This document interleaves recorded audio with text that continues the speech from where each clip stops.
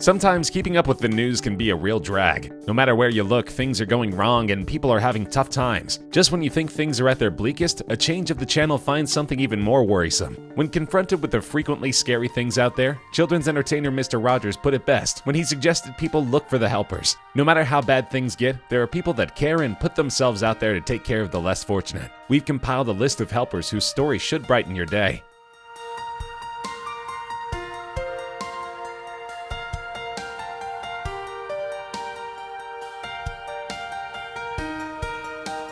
In a terrifying scene, a passenger at the Stirling station in Perth slipped and found his leg caught between the train and the platform. Bystanders immediately alerted the driver not to move the train, which could have torn off the man's leg. Utilizing quick thinking, the staff ordered all the passengers off of the train, and through their combined effort managed to push the train car over just enough for the man to free his leg. While an ambulance was called, the man thankfully did not suffer any serious injuries or require hospitalization. It's amazing what people can do when they work together.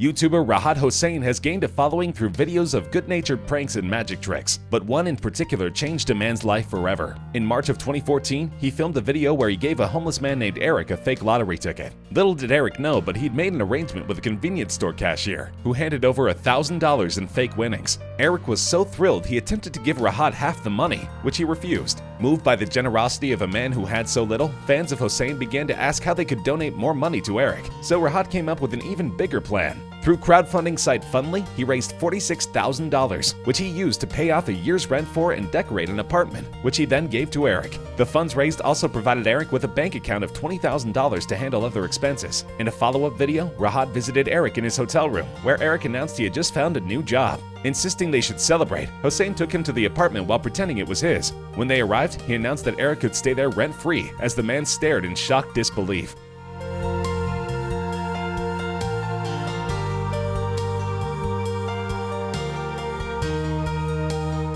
Few periods in history are as bleak as the experience of the Jews in the late 1930s and 1940s in Central and Eastern Europe. However, even these tragic circumstances found their share of helpers dedicated to relieve suffering. When stockbroker Sir Nicholas Winton felt the calling to help, it was inspired by a literal phone call. His friend Martin Blake interrupted Winton's ski vacation, asking him to meet him in Czechoslovakia for a special undertaking. It was December 1938, and unrest was building across Europe, leading many to believe war was imminent. News of Hitler's persecution of the Jews following the terrible Kristallnacht riots was well known, and plans were being made to rescue Jewish refugees from countries that seemed likely to be annexed by Axis forces. Inspired by the Kindertransport, a British rescue mission evacuating Jewish children from Germany and Austria, Winton founded an evacuation effort specifically for Czechoslovakia. He called it the British Committee for Refugees from Czechoslovakia, Children's Section. Working his job at the stock market by day, he would spend evenings and frequently late nights organizing his rescue effort. As a result, his program found homes for 669 children before World War II began.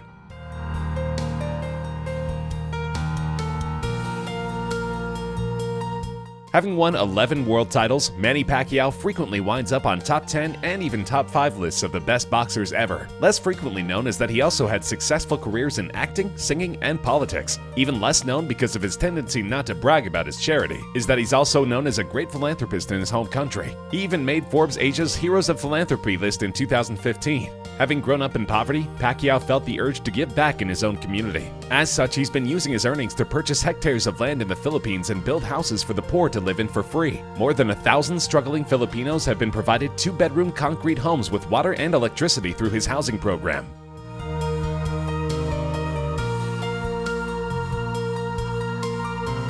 Christ, a Calgary native, spends most of his off time golfing. This is hardly unusual for a 64-year-old man, but during a game in Palm Springs in the spring of 2013, he received a phone call that would change everything. Excusing himself from the green, he found that the call was from the Western Canada Lottery and that he had won the $40 million jackpot. He finished his game, had lunch, and told nobody at the time. Even his fellow golfers had no idea. Christ, a former CEO of EECOL Electric, determined that he really didn't need the money, but that it had to go somewhere special. He pledged all of it to a trust that supports cancer charities, one he started after his own wife died of cancer the year before. Friends and family were unsurprised by his astounding selflessness, noting that he always considered family more important than wealth.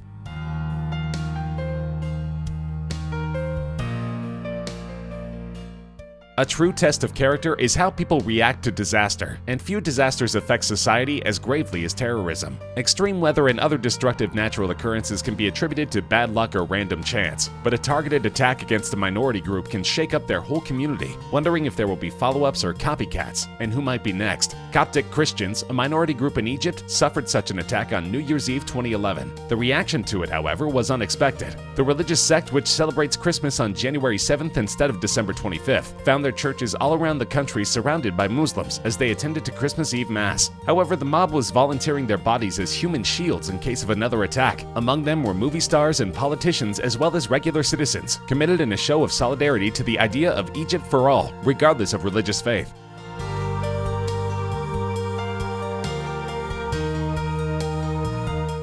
Steel millionaire Jiang Shuihua had humble roots, growing up in the slums of Qiangkeng village in Xinyu, and he never forgot them. So it came as a surprise when he returned to the city in his 50s after making a fortune and had the entire village bulldozed down. More surprisingly, he spent $4 million replacing all of the buildings in this childhood home with more modern and comfortable flats, where he allowed the residents to stay for free. While the 72 families who had their homes replaced may seem like they got a good deal, he had more surprises up his sleeve. He also built luxury villas for families who helped his own family keep afloat in more difficult times. He also ensured that all the elderly residents who were on low income were guaranteed free meals. Residents recalled the kindness and generosity of Jiang's parents and were overjoyed to see how their son had inherited his own values.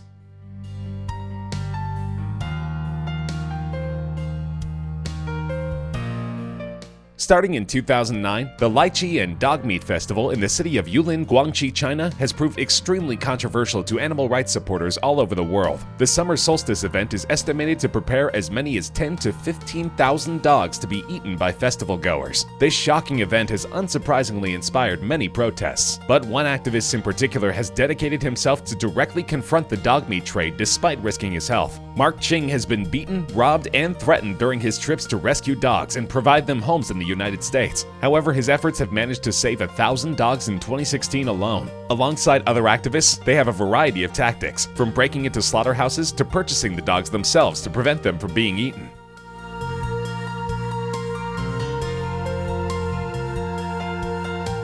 When married couple Jim GLAUB and Dylan Parker first moved into their 22nd Street apartment, they were warned that for some reason letters meant for Santa Claus were being delivered there. It almost sounds like the plot of a movie, but nevertheless a handful of letters did find their way to their mailbox every holiday. Then suddenly in 2011 the amount of letters dramatically increased. Even now nobody knows exactly why. After receiving nearly 500 letters in 2011, they realized they should do something about it. So they began opening and reading them, and what they found inspired them to form the Miracle on 22nd Street program to provide Christmas miracles to impoverished families in their community. Most requests were practical: winter clothing, blankets, shoes. GLAUB recalls a particular letter from a child asking for a bed that felt like a punch in the gut to him. They reached out on social media and sought help from friends to see that every letter was answered. The project is now handled through a website where volunteers sign up to answer letters, either in full or as best they can. The couple has since moved to London, but keeps in contact with the current resident of the apartment to collect the letters from Santa and distribute them to their growing community of volunteer St. Nick's.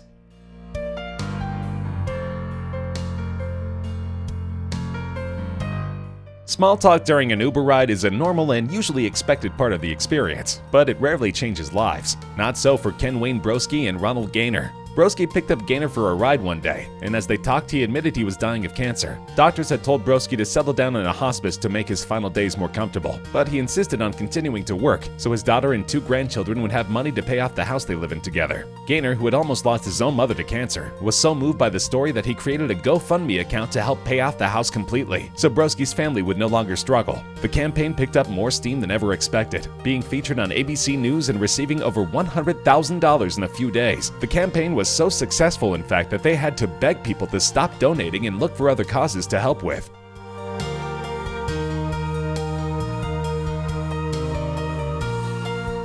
In the fall of 2017, Hurricane Harvey devastated southeast Texas. Covering the storm from the side of Beltway 8 in Houston, reporter Brandy Smith was shocked to see an 18-wheel truck driver trapped in his cab as water rushed around him and flooded the vehicle. While still on the air, Smith flagged down a sheriff's vehicle that happened to be passing by and summoned a rescue team. Unfortunately, as the rescue was underway, the offices of her news station KHOU were flooding as well, and the newsfeed cut out. Thankfully, the rescue was successful, as Smith assured viewers from her Facebook page. She also shared footage they were unable to air, which showed the truck driver being pulled from his vehicle into a boat.